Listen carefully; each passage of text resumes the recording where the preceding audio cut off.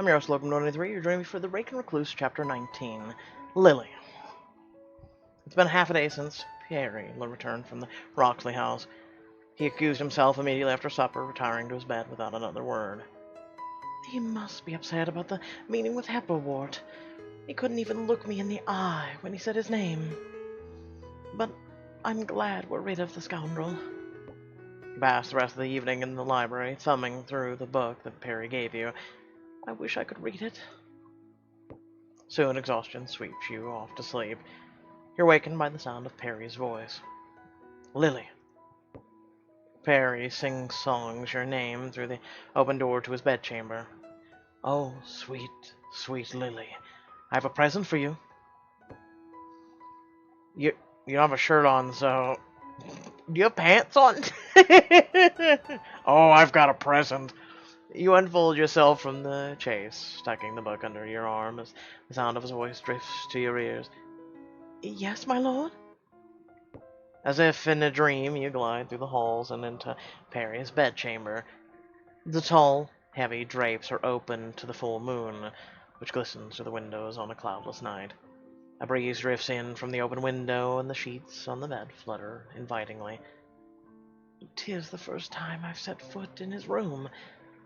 Your eyes go wide as you catch sight of the figure draped elegantly across the bed, as he appears to be waiting for you. Completely naked, I was right. I should ask what he's doing. You gasp as you see the enormity of his bare skin spread before you. Heat flushes your cheeks, you clutch the book to your chest like a shield. Perry, what are you doing? See for yourself. He sweeps a dramatic hand down his torso, and that's when you see it. His skin is covered in painted symbols. Okay. No, just symbols. Words. He chuckles at your shock, and the circle painted around his belly button dances. Oh, oh my. Is this what you've been doing since supper? Yes, my sweet, I couldn't have helped with this. I couldn't have help with this endeavor. I had to complete my work in solitude. I realize now my approach may have been off. Perhaps for our next lesson, you will do the honors. You're mesmerized by the living, breathing words before you. You lightly trace the letters, and when you look up, you find his smoldering gaze locked on your face. In seconds, he has you spread out naked beside him. He leans over, reaching for something on the side table. You should keep your eyes open for this. Not realizing you'd closed them, you open your eyes again. You hiss as something cold and wet touches your shoulder. A letter has appeared there in blue paint, and you recognize it. A. He smiles approvingly, then moves down, or then looks down at his own body. Find the A, my sweet. A long perusal reveals the A in a much the same place where he placed it on you. You trace it with a fingertip. A. A is the first letter in the word arm. Perry trails kisses from your wrist to your elbow. You giggle and squirm away, but he soon reaches for the brush again. Now then. One swift movement, he straddles your thighs. He swipes the brush through the cup of paint, then reaches for you again. What letter should I teach you next? B.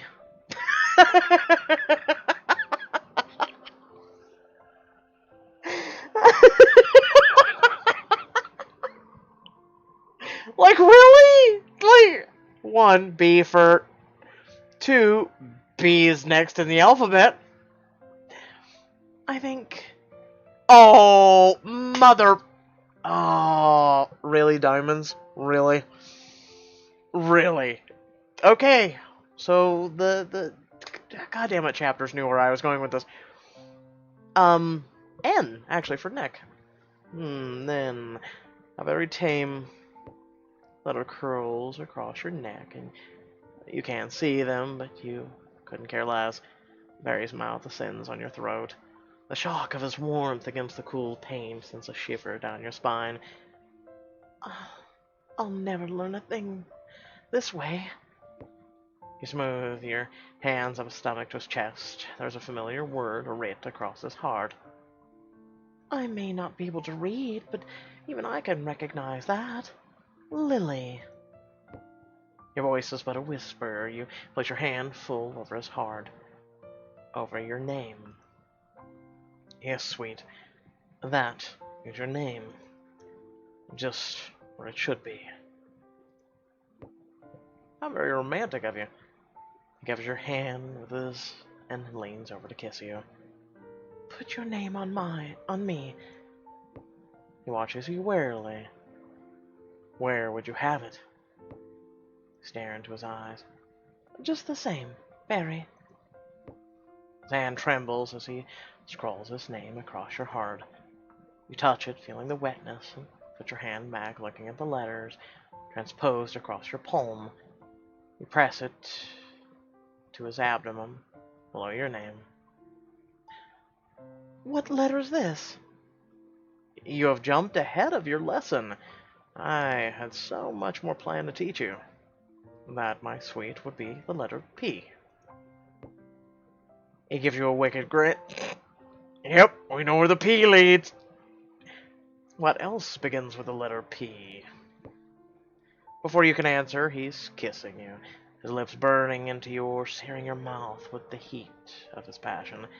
Your mouth falls open in surprise, and he takes advantage, sweeping boldly through you as he holds you tightly to his chest. Your fingers search, reaching for him bravely, and find the letter you've been looking for. P. He spends the rest of the night teaching you letters, making it all the way to Q for quiver. The next morning you lay in the warmth of his arms as he toys with your hair. Gideon has invited us on a picnic with him and Francine. Your quiet contentment evaporates. He wishes to know you better as my companion. Me, picnicking with a duke? I cannot, Perry. It is one thing to be with you, as we are, but to picnic with the Duke of Roxley. You mustn't think of him as a duke, Lily. How can I not? He has been my master all of my life. He is also my brother. I would like you to know him as I. You hear the pleading in his voice. I'll say yes. I cannot deny him this, even though I know it will end in disaster. Very well, Perry. I will do it for you. He presses a kiss to the top of your head. Thank you, my sweet. I know he'll love you as much as I do. Well, not quite as much as I do, I should hope. You giggle in spite of your mounting anxiety. There is one more thing to complete our lesson. Truly, I don't think my body can take any more, Perry. This has less to do with your body than your mind. He reaches over to your bedside table and hands you a book. The same book he gave you in the library the other day. You're giving it to me twice? Open it. You do and find a new inscription beneath the one you saw before. What does it say? That is for you to discover. I feel if you remain diligent in your studies, he gives you a wicked look, you will understand it soon enough. You're overwhelmed not merely by everything Perry has promised you tonight, but by the notion that he views your ability to read as a certainty. Perhaps my dreams of storytelling are not so pointless after all. I should kiss him. Perry. You can think of nothing to say, so you reach up to hold his face in your hands. You pull him into a long, tender kiss. That afternoon, you stand before the mirror, panicked about what to wear. Perry ordered me some new clothes, but what is possibly fitting to picnic with the Duke? I think I'll wear a no-nonsense outfit. I like it. A pink dress. A colored lace gown. I like the pink dress. But a no-nonsense outfit, actually, I like that too. Reminds me kind of like Little House on the Prairie. I shouldn't put on airs. I can't have him thinking I'm better than I am. Ah, Christ, woman. I know she's been through a lot. She needs to build her confidence, though. Gideon and Francine are waiting for you and Perry to arrive at the park. Might I present Miss Lily Steele of Kelso? You barely manage not to stumble as you duck into a short curtsy. Francine is beaming at you with pride, but the Duke is his usual unreadable self. Lily, you look beautiful. Francine embraces you warmly, and the Duke gives you a terse nod. I'm glad to see you in a good health, Miss Steele. Yes, Your Grace, I'm very well indeed. No need for formality, Lily. Call him Gideon. You kind of look to the Duke. He does not agree. In the awkward silence, Francine winds her arm through yours. Come, see the picnic we've set up. She leads you to a spot in the park where a blanket has been laid out beneath a wide oak tree. There's wine, sandwiches, and desserts for all. Perry looks downright smitten with you, Lily. Oh, I do not know about that. Well, you should. To have snagged yourself a rake like him. I believe his reputation is not entirely accurate. Though I admit it's been quite an education, in more ways than Francine could ever begin to guess. But he is surprisingly sweet. Would it surprise you to find I don't find that surprising at all? You feel an immense relief to be discussing your strange situation with a friend. As the brothers approach, you're forced to cease your gossip. The meal begins in somewhat awkward silence. I understand Perry and his grace is made up, but perhaps the reality of me is too much for him. Francine and Gideon are soon absorbed in their own conversation. Perry leans in close to you. Don't be concerned with Gideon. He feels deeply with his heart. He merely does not know how to show it. He knows I'm not worthy of you. Perry lays a hand over yours and squeezes. No, my sweet, I'm afraid you have it all wrong. He does not think I am worthy of you. It seems such an impossible notion, but the ways of gentry are so strange to me. I just feel like an outsider. I do miss my own people. A look of pain crosses over Perry's handsome face. He forces it back and puts on a brave front. Only say the word, and I will ask Gideon to return you to his service. I don't wish to keep you where you don't wish to be. I hope he didn't take that personally. I should explain that you don't know how to repay him. 'Tisn't that. There is simply no way to repay you for so many kindnesses.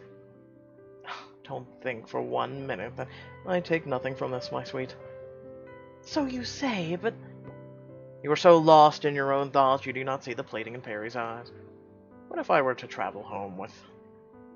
There's no doubt in me that that's what between us will go on further than where we are now. Perry freezes. I see. His expression turns cold. I assure you I am enjoying myself and our activities rather thoroughly, but you seem to understand well enough not to expect any more from me. After all, that is who I am and what I do, is it not? You should be recompense enough. You feel a burning behind your eye. You realize the conversation between Gideon and Francine stopped some time ago, and they're staring at the pair of you in shock. Please, I beg your pardon. I must... And with no more explanation than that, clamber to your feet and rush away. You scarcely pay attention to where you're going. Why did his words hurt me so? I've said the same myself, but hearing it from him, after what we shared last night... You shake your head, arms wrapped tightly around you. Even after everything, I'm still just that silly, naive girl from before. While you're so lost in daze, you don't notice Francine until she reaches out to grab your arm. You only jump a little. Lily, I've been looking everywhere for you. Perry is a wreck. Your brow furrows. Why? I merely needed a moment alone. I think he feared the worst. No sooner has she said it than a pale and frightened-looking Perry dashes up to you. Lily! He grasps you by the shoulders and pulls you to him, and in spite of your argument, you fall willingly into his arms. He pushes you away and inspects you from head to toe, as if looking for damage. Are you all right? But before you can answer, I beg you, never should have said what I said. Out of the corner of your eye, you notice Francine slipping away to give you some privacy. You should never forgive me. I beg you, forgive me. What? You should never forgive me, but I beg you, forgive me. Okay. Doot. You are a complicated being. He frowns. You have me at such a disadvantage. I have never felt... He shakes his head for once. Words have utterly failed him. I cannot imagine. I cannot even begin to fathom how it would be to never see you again. Your eyes go wide. You clutch his hands tightly in yours. I had no idea. This distress he's in is entirely my fault. No, it's his own because he was an idiot. I didn't think it would go this far. Your hand comes up to stroke his hair. You try to meet his eyes, but he refuses to look at you. Perhaps this is for the better. If I see his pain, I will lose my nerve for certain. I don't understand why I affect you so deeply. You can have any woman you want. I should have merely been a plaything, a temporary muse. I should have never have asked this of you, and if I had known what it would do... Don't say that. His voice is sharp, his eyes fierce. Your gaze is locked. He lowers his voice to a low, resonant tone that catches at your soul and makes your skin aware of his very breath. He would do it for the joy in her eyes, the light in her smile, the sweet sound of her laughter. His eyes travel your body, the sway of her hips, the delight in her sighs as he fulfilled her every wish. You meet your eyes. You've changed me as much as I've changed you. I was lost, and you found me. I understand my brother now better than I ever have. I understand how he could forsake all for the love of a woman. His hands make their way about your waist, pulling you solidly against him. Lily, my sweet, I have injured you in a way I have no justification for, but I promise on my honor that I will endeavor with every breath to keep it from happening again for the rest of my days. He tilts your head back, brushing his lips across yours, warming them, begging your blood to rush, to heat your body.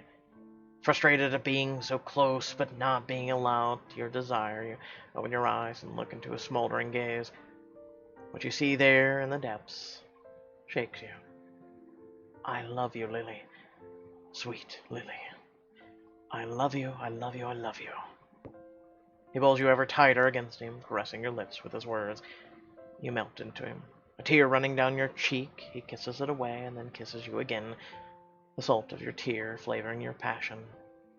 You cannot leave me, for I am not without you. No, my lord, it isn't right. It isn't.